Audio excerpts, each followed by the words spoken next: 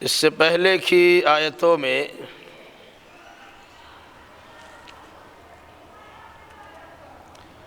قیامت سے متعلق یہ بات آئی تھی، جو لوگ قیامت کے واقع ہونے سے متعلق حجت و تکرار کرتے ہیں یا پھر قیامت کے واقع ہونے سے متعلق شک و شبہ میں پڑے ہوئے ہیں، یہ لوگ حقیقت میں بہت دور کی گمراہی میں جا چکے ہیں۔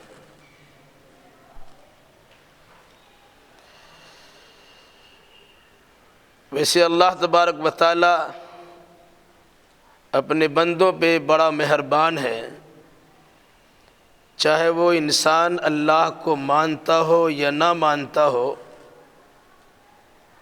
اللہ اسے روزی بہم پہنچاتا ہے،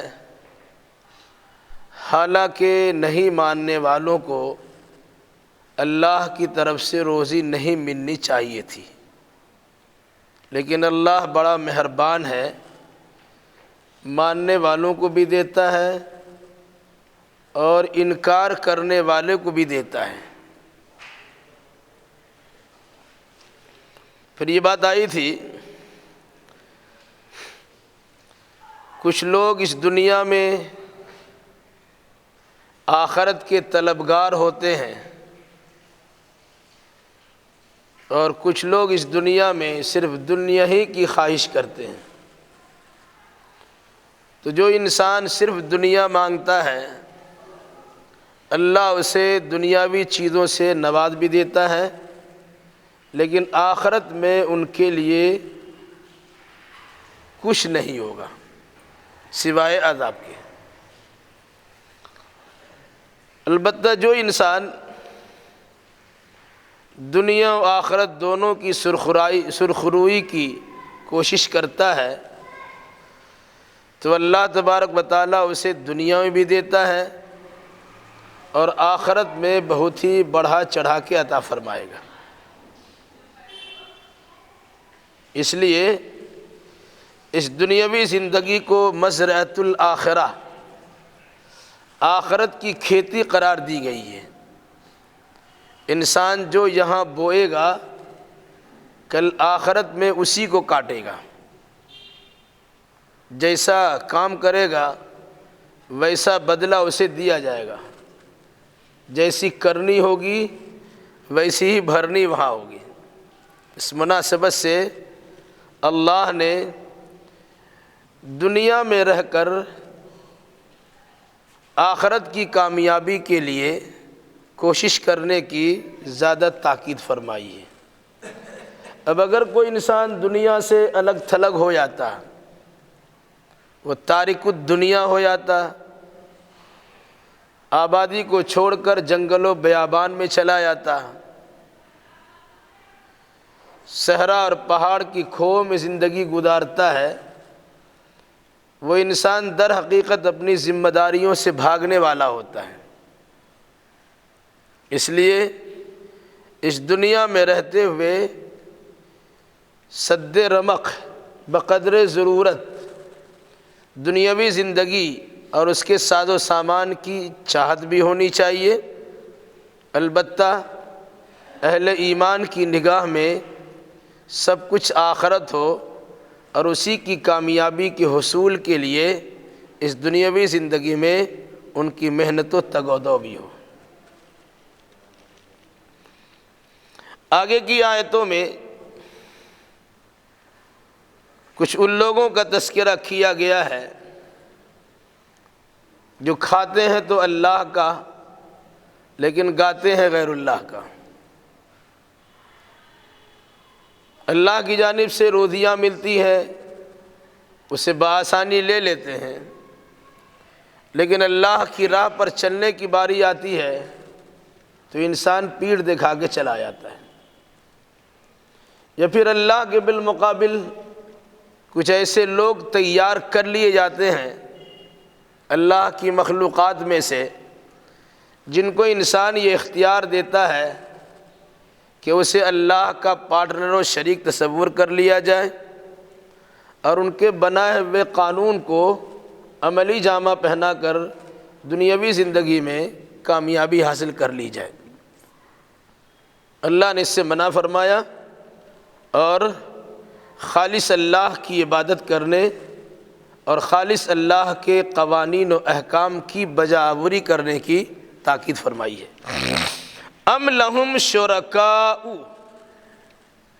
کیا انہوں نے کچھ شریک ٹھہرا رکھے ہیں؟ مراد کفار و مشرکین، ان لوگوں نے اللہ کے بالمقابل کچھ اللہ کے ساجھیدار، پارٹنروں، شریک تیار کر رکھے ہیں۔ شرعوا لہم من الدین ما لم یعظم بہ اللہ،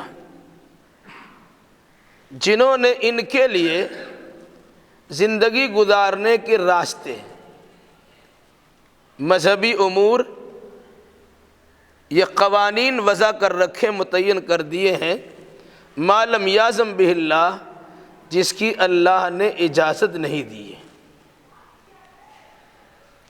مراد اگر کوئی انسان اللہ کے قانون کو بالائے طاق رکھتا ہے اور انسان کے تیار کردہ، وضع کردہ قانون کی پاسداری کرتا ہے، تو حقیقت میں وہ انسان ایسے انسان کو اللہ کے برابر میں کھڑا کرتا ہے۔ یہ سوچتے ہوئے ایک جانب حکم دینے کا اختیار اللہ کے پاس ہے، تو دوسرے جانب یہ حضرات بھی کچھ کم درجہ کے نہیں ہیں، اس لحاظ سے ان کے بھی تیار کردہ احکام و قوانین کی پاسداری کی جائے گی۔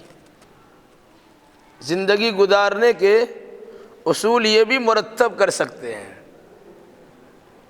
یہ بھی طریقہ کار ہمارے سامنے رکھ سکتے ہیں، اور ہمیں ان کے مطابق بھی چلنا چاہیے، چاہے وہ کسی فقیہ کو، کسی امام کو، کسی ولی کو یا کسی اور کو یہ درجہ دیں، چاہے دنیاوی اعتبار سے کسی سیاسی لیڈر اور کسی بڑے عہدیدار کو یہ مقام منصب دیں، چونکہ خالق اللہ ہے، انسان کو زندگی کیسے گزارنی ہے اس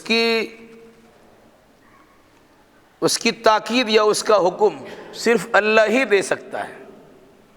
اب اگر کوئی انسان اللہ کے بالمقابل کسی کو قانون سازی کا حق دیتا ہے اور کسی کو قانون ساز سمجھ بیٹھتا ہے اور عبادت کے مراسم کے جو طریقے وہ ایجاد کرتے ہیں ان پر عمل کرنا اپنے لیے لازم و ضروری سمجھتا ہے، تو در حقیقت وہ انسان ایسے انسان کو وہ اللہ کے مقابلے میں کھڑا کرتا ہے۔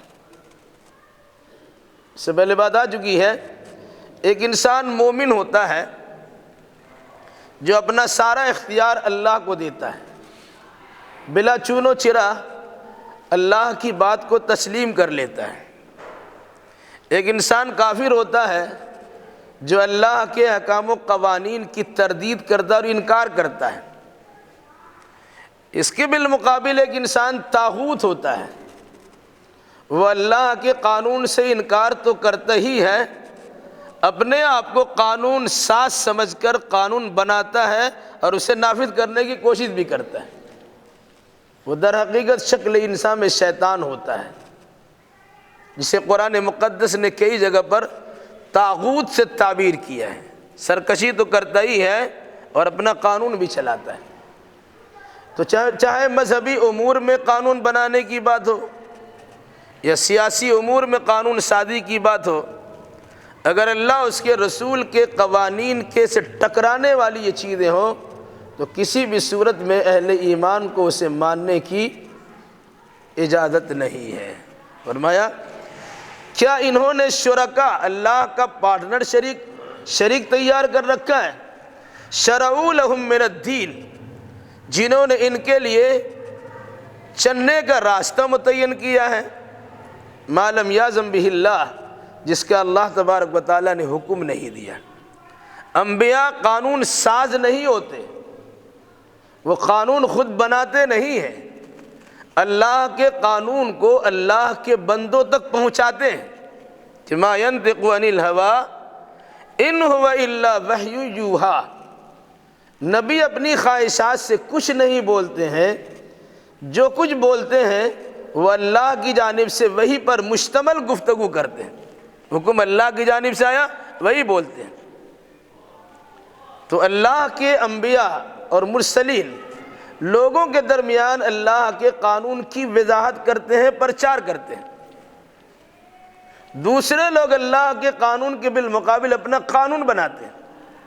اگر عبادت کا کوئی طریقہ اللہ نے نہیں سکھلایا اور اللہ کے نبی صلی اللہ علیہ وسلم نے اس سلسلے میں رہنمائی نہیں کی، ہم نے اپنی جانب سے عبادت کا طریقہ اپنا لیا، تو جس نے طریقہ بنایا تھا گویا ہم نے اس طریقہ بنانے والے کو اللہ کے برابر میں کھڑا کر دیا۔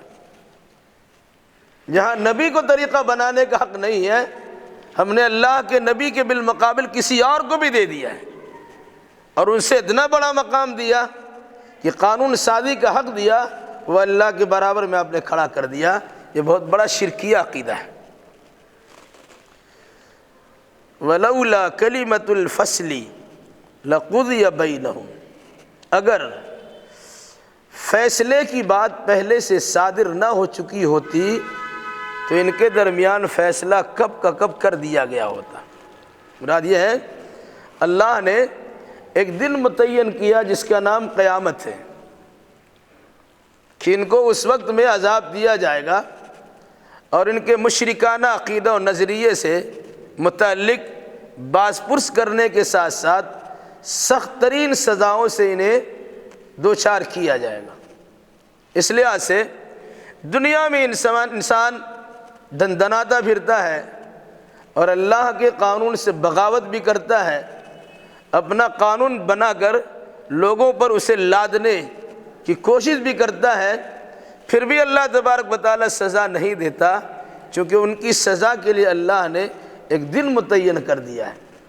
جب وہ متعینہ دن آئے گا تبھی سزا ملے گی۔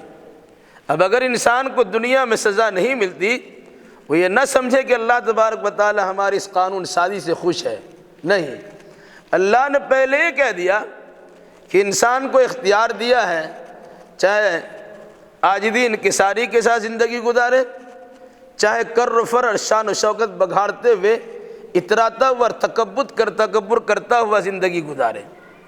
دنیا میں انسان کو دونوں طرح کے کارنامے انجام دینے کے اختیارات دیے گئے ہیں، البتہ آخرت میں کس کو جزا ملنی ہے اور کس کو سزا ملنی ہے، کس کو اچھا بدلہ ملے گا اور کس کو اس کے گناہ کی غلطیوں میں سزا ملے گی، وہ اللہ تبارک و تعالیٰ نے لکھ دیا ہے اور اس دن کے لیے مؤخر کر دیا ہے۔ اگر ایسا نہیں ہوتا تو ابھی کسی انسان نے اللہ کے قانون کے خلاف زبان کھولی اور ابھی اس کی زبان کو گنگ کر دی جا سکتی تھی۔ ابھی کوئی انسان قانون الہی کے بالمقابل اپنا قانون بنانے کی کوشش کرے تو اللہ تبارک و تعالیٰ ابھی بھی آسمان سے پتھر کا برکھا برسا سکتا ہے اور ایسے انسان کو زمین میں دھسا سکتا ہے، لیکن اللہ نے قانون متعین کر دیا اور بیان کر دیا کہ دنیا میں ہلکی پھلکی سزا ملے تو ملے، لیکن آخرت میں اس کو سزا تو ملنا ہی ملنا ہے، اللہ کہ اس انسان کو توبہ کی توفیق مل جائے اور اپنی غلطیوں سے سچی توبہ کر لے، پھر اسے وہاں بھی بخشا جا سکتا ہے۔ وَإِنَّ الظَّالِمِينَ لَهُمْ عَذَابٌ عَلِيمٌ، یقیناً ظالموں کے لیے دردناک عذاب ہے۔ مراد وہی ہے جو انسان وضع الشیء علی غیر محلی، ظلم کی تعریف یہ ہے، ظلم کہتے کسے ہے؟ کسی چیز کو اس جگہ پہ رکھ دینا جس جگہ کے وہ لائق نہیں ہے۔ یہ آدمی عبادت کے لائق نہیں ہے، ہم نے اسے عبادت کے لائق سمجھ لیا، وہ اللہ کی جگہ پہ بٹھا دیا۔ یہ انسان قانون سازی کا لائق نہیں ہے، ہم نے اسے قانون ساز کمیٹی میں داخل کر دیا اور وہ قانون بنانے لگا۔ یہ ظلم ہے۔ ظلم کی تعریف ہی یہی ہے، وضع الشیء فی غیر محلہ، کسی چیز کو ایسی جگہ رکھ دینا جس جگہ کے وہ لائق نہیں ہے۔ مصلی امامت کے لائق کوئی نہیں ہے، آپ نے اسے امام بنا دیا، یہ بھی ظلم ہے۔ کوئی آپ کا لیڈر بننے کے لائق نہیں ہے، آپ نے اسے لیڈر منتخب کر دیا، یہ بھی ظلم ہے۔ کوئی انسان فتویٰ دینے کے لائق نہیں ہے، آپ نے اسے فتویٰ دینے کا حق دے دیا، یہ بھی ظلم ہے۔ کوئی انسان اس لائق نہیں کہ اس کی اقتداء کی جائے، آپ نے اسے مقتدیٰ بنا لیا، یہ بھی ظلم ہے۔ کوئی انسان اس لائق نہیں کہ اس کی عبادت کی جائے، کوئی مخلوق نہیں ہے، لیکن اسے عبادت کے لیے آپ نے چن لیا، اللہ کے برابر کر دیا، یہ بھی ظلم ہے۔ اس لیے کہا ان الشرک لظلم عظیم، شرک تو سب سے بڑا ظلم ہے۔ ہر انسان کا درجہ کم ہے، اس کی جگہ کسی کو کر دیا، چھوٹے درجے کی بات آئی، بڑھتا بڑھتا نبی تک پہنچا، اور آگے بڑھا تو انسان کسی مخلوق کو اللہ کے برابر کر دیا، کتنا بڑا ظلم اندازہ لگا لی۔ اسی قرآن نے کہا ان الشرک لظلم عظیم، شرک تو سب سے بڑا ظلم ہے۔ تو ایسے ظالموں کے لیے دردناک عذاب ہے۔ دردناک عذاب سے مراد جہنم ہے، جہاں آرام نام کی کوئی چیز ہی نہیں ہے۔ تری الظالمین مشفقین مما کسبوا وهو واقع بهم والذین آمنوا وعملوا الصالحات فی روضات الجنات لهم ما یشاءون عند ربهم ذلک هو الفضل الکبیر۔ آپ دیکھیں گے ظالموں کو کہ وہ ڈرے ہوئے ہیں ان چیزوں سے جو دنیا میں کر کے گئے ہیں، وہ واقع بہم، حالانکہ وہ اس کی سزا میں پڑنے ہی والے ہیں۔ مراد دنیا میں تو انسان منمانی زندگی گزار لیا، مرنے کے بعد جب پہنچے گا آخرت میں تو انسان کو وہاں اپنا کیا کرایا سب یاد آئے گا۔ وَوَجَدُوا مَا عَمِلُوا حَاضِرًا، جو کچھ انہوں نے دنیا میں کیا ہے وہ اپنے سامنے دیکھ لے گا۔ فَمَن يَعْمَلْ مِثْقَالَ ذَرَّةٍ خَيْرًا يَرَهُ وَمَن يَعْمَلْ مِثْقَالَ ذَرَّةٍ شَرًّا يَرَهُ، ذرہ برابر بھی خیر و شر کیا ہوگا، اچھا برا کام کیا ہوگا، وہاں موجود ہوگا۔ فرمایا آپ ظالموں کو دیکھیں گے مشفقین مما کسبوا، اپنے کارناموں پر ڈر رہے ہوں گے۔ ان کو تو سمجھ میں آ گیا ہم نے کیا کیا کیا ہے۔ یہاں تو لمن الملک اليوم، آج کس کی بادشاہت ہے؟ قرآن کہتا ہے للہ الواحد القہار، آج تو حکمرانی صرف اللہ کی ہے جو اکیلا ہے، بڑا غلبہ والا، قہر کرنے والا ہے۔ احساس یہاں ہو جائے گا، یہاں دودھ کا دودھ اور پانی کا پانی فیصلہ ہونے والا ہے۔ دنیاوی اعتبار سے کسی کی آنکھ میں دھول جھونکنے کا معاملہ یہاں نہیں ہوگا۔ اللہ کی بارگاہ میں ہماری پہنچ ہوئی ہے تو ہمارے سارے کیے کرائے دستاویزات کے ساتھ ہم اللہ کی بارگاہ میں حاضر ہیں، وہ نام اعمال کے طور پر کتابی شکل میں ہمارے پاس موجود ہے۔ ہمیں حکم مل چکا ہے اقرا کتابک کفی بنفسک اليوم علیک حسیبا، یہ اپنی کتاب پڑھو اور اپنے بارے میں فیصلہ کر لو کہ دائیں طرف جاؤ کہ بائیں طرف جاؤ گے، یہ تمہارے لیے کافی ہے۔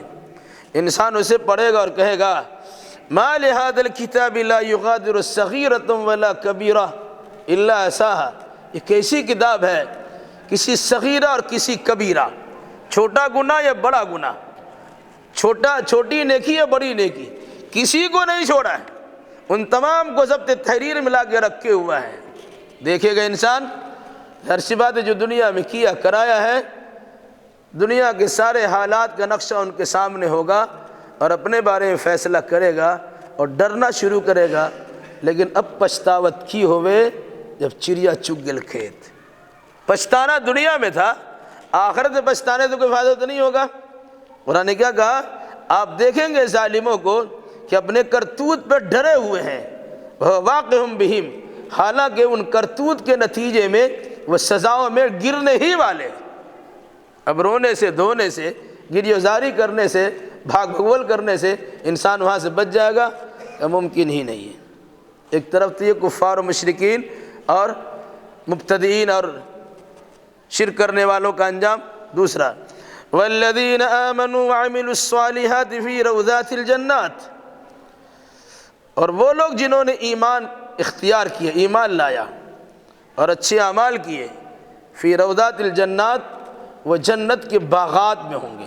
ایمان و امن والے انسان، جس کا ایمان درست ہے اور جس کے پاس عمل صالح کی دولت ہے، ایسے انسان جنت کے باغات میں داخل کیے جائیں گے۔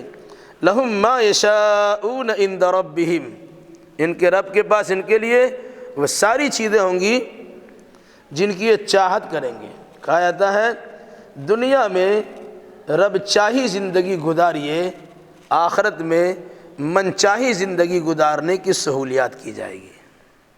یا اپنے نفس کے مطابق مت چلیے، بلکہ اپنے نفس کو اللہ کے تابع فرما بردار کر دیجیے۔ پھر دیکھیے اس طرح دنیاوی زندگی آپ کی گزرتی ہے اور ایمان و عمل صالح کے ساتھ دنیا سے روانہ ہوتے ہیں، تو پھر آپ سے کہا جائے گا فی عیشۃ راضیہ، من چاہی زندگی میں، پسندیدہ زندگی میں تم داخل ہو جاؤ، جنت میں داخل ہو جاؤ، جہاں تمہاری تمناؤں کو پوری کی جائے گی، تمہاری خواہشیں بر لائی جائیں گی، جو تم چاہو گے وہ ساری چیزیں میسر کرائی جائے گی۔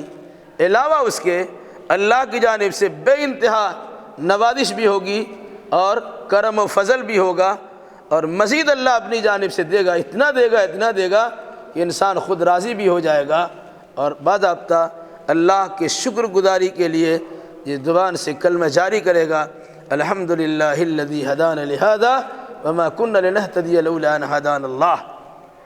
تعریف و شکر اللہ کے لیے ہے جس اللہ نے ہمیں اس کی توفیق دی۔ اگر اللہ توفیق نہیں دیتا تو ہم کبھی اس دولت کو حاصل نہیں کر سکتے تھے، جنت میں نہ پہنچ سکتے تھے اور نہ جنتی نعمتوں سے فیض یاب ہو سکتے تھے۔ ذالک هو الفضل الکبیر، یہ تو بہت بڑی مہربانی ہے۔ یہ بھی یاد رکھیے گا، کوئی انسان دنیا میں اچھا عمل کر لے اور یہ سوچ لے کہ ہم جنت میں چلے آئیں گے، تو اس کو منع بھی کیا گیا، کیونکہ جس معیار مطلوب کے ساتھ اللہ نے عبادت کا مطالبہ کیا ہے، انسان کے بس کے باہر کی بات ہے کہ اس معیار کی عبادت اللہ کی بارگاہ میں پیش کر دے۔ پھر بھی اللہ تبارک و تعالیٰ قدرداں ہے، اپنے بندوں کے اعمال کی قدردانی کرتا ہے، بہت ساری لغزشوں کو معاف بھی کر دیتا ہے، اس کے جذبات کو، طلب کو دیکھتا ہے کہ اللہ کی طرف اس کا میلان و رجحان ہے، اللہ ویسی قبول کر لیتا ہے۔ فرمایا ذالک والفضل الکبیر، یہ اللہ کا بہت بڑا فضل ہے۔ کوئی انسان اللہ کا فضل، اللہ کی رحمت، اللہ کی مہربانی اور اللہ کی رحمت و مغفرت کے بغیر جنت میں داخل نہیں ہو سکتا، چاہے زندگی اس نے اللہ کی بندگی میں گزار دی ہو۔ وہ حدیث یاد رکھیے جس میں اللہ کے نبی صلی اللہ علیہ وسلم نے فرمایا، تم میں سے کوئی انسان یہ نہ سوچے کہ وہ اپنے عمل کی بدولت جنت میں چلا جائے گا۔ اس پر صحابہ کرام نے اللہ کے نبی صلی اللہ علیہ وسلم سے دریافت کیا، ولا انت یا رسول اللہ، اے اللہ کے نبی صلی اللہ علیہ وسلم، کیا آپ بھی اپنے عمل کی بدولت جنت میں نہیں جائیں گے؟ فرمایا ولا انا، اللہ میں بھی نہیں، الا ان یتغمدنی اللہ ربی بمغفرۃ ورحمہ، ہاں اگر میرا رب مجھے اپنی رحمت اور اپنی مغفرت کے سائے میں جگہ دے گا تب ہم جنت میں جا سکیں گے۔ جس انسان کی ساری خطائیں بخشائی ہیں، جن کے گناہوں کو اللہ تبارک و تعالیٰ نے پہلے ہی سے معاف کر دیا ہے، ان کا تو اپنے بارے میں عقیدہ نظریہ یہ ہے کہ ہم بھی اللہ کے فضل یا اللہ کی رحمت و مغفرت کے بغیر جنت میں نہیں جا سکتے۔ لیکن ہمارا معاملہ کیا ہے؟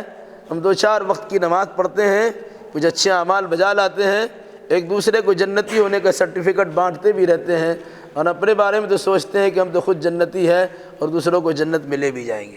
یاد رکھیے گا، جب تک اللہ کا فضل نہیں ہوگا، اللہ کی جانب سے مغفرت نہیں ہوگی، تب تک ہم بھی، آپ بھی، دنیا کا کوئی مسلمان بھی جنت میں نہیں جا سکتا ہے۔ اس لیے ہمیں اچھے اعمال کرنے بھی چاہیے اور اللہ تبارک و تعالیٰ سے رحمت و مغفرت کی بھیک بھی مانگنا چاہیے۔ ذالک الذی یبشر اللہ عبادہ الذین آمنوا وعملوا الصالحات، یہ وہ ہے کہ جس کی بشارت اللہ تبارک و تعالیٰ اپنے ایماندار اور عمل صالح کرنے والے بندوں کو دیتا ہے، یعنی خوشخبری جنت کی سناتا ہے ان بندوں کو جو بندہ ایماندار بھی ہوتا ہے اور جو بندہ عمل صالح کا پابند بھی ہوتا ہے۔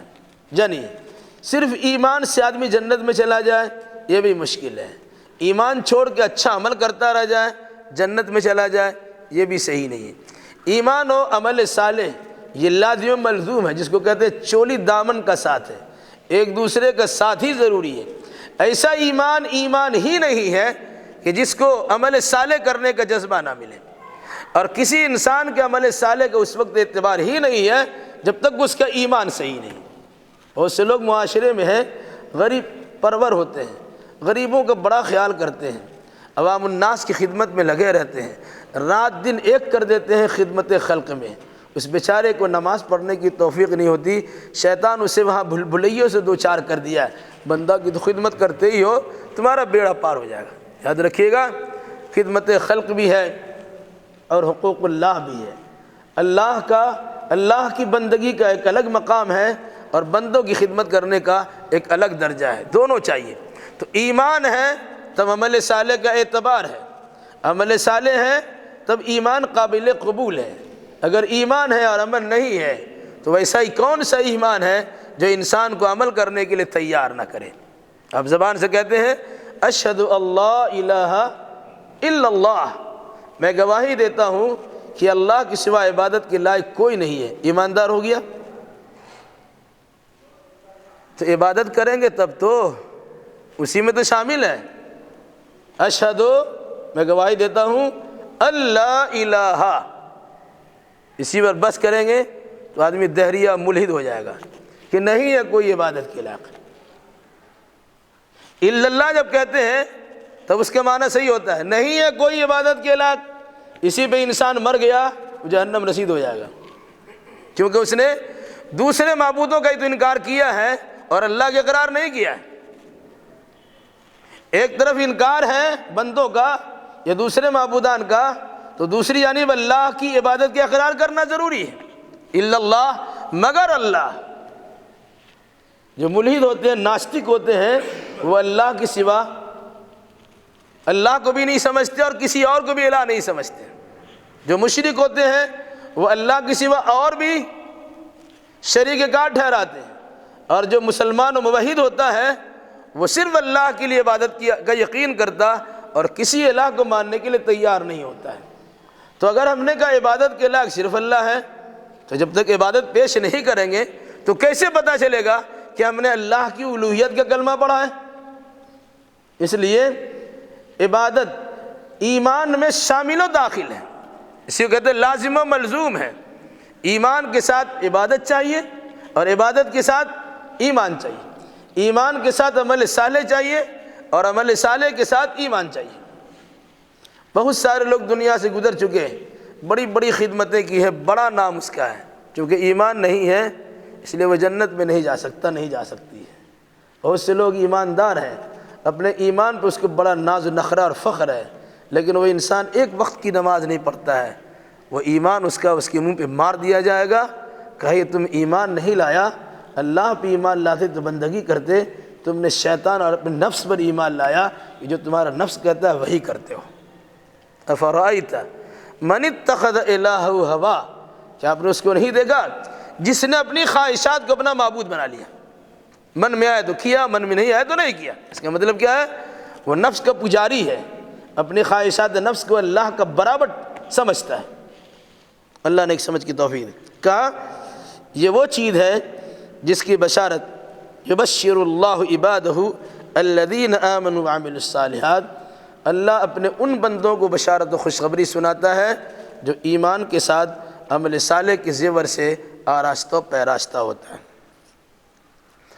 قل لا اسألکم علیہ اجرا الا المودۃ فی القربى، اے نبی فرما دیجئے کہ میں تم سے اس پر کوئی اجرت کا مطالبہ نہیں کرتا ہوں، مگر